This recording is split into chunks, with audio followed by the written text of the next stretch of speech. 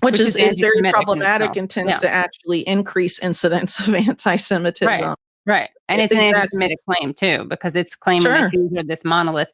And I guess last question for me is, I assume that you've gotten a lot of bad faith criticism from people claiming that you're an anti-Semite, right? Because you're critical. Well, sure, of course. Yeah, but I mean, it's along the same line of reasoning. For example, my work on Leslie Wexner and the Bronfmans has been called anti-Semitic. It's absolutely crazy that you would conflate all Jews with organized crime-linked billionaires who have engaged in a lot of very suspect activity. And in the case of Wexner, argue allegedly committed murder. I mean, it's really bonkers to make that conflation.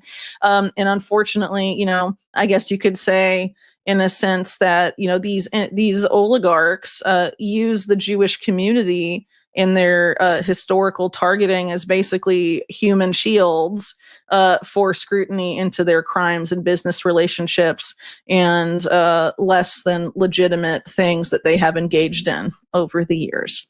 And there's been efforts by Alan Dershowitz, for example, to accuse Epstein victims of being anti-Semitic, for example, and all sorts of other shenanigans. But ultimately, if you're going to protect families like the Bronfmans or Leslie Wexner from scrutiny, it's only going to lead to anti-Semitism.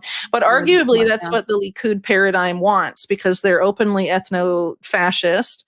And they need that idea of Jews as a monolith, even though it's anti-Semitic, to further their goal of having ethno-fascism be the dominant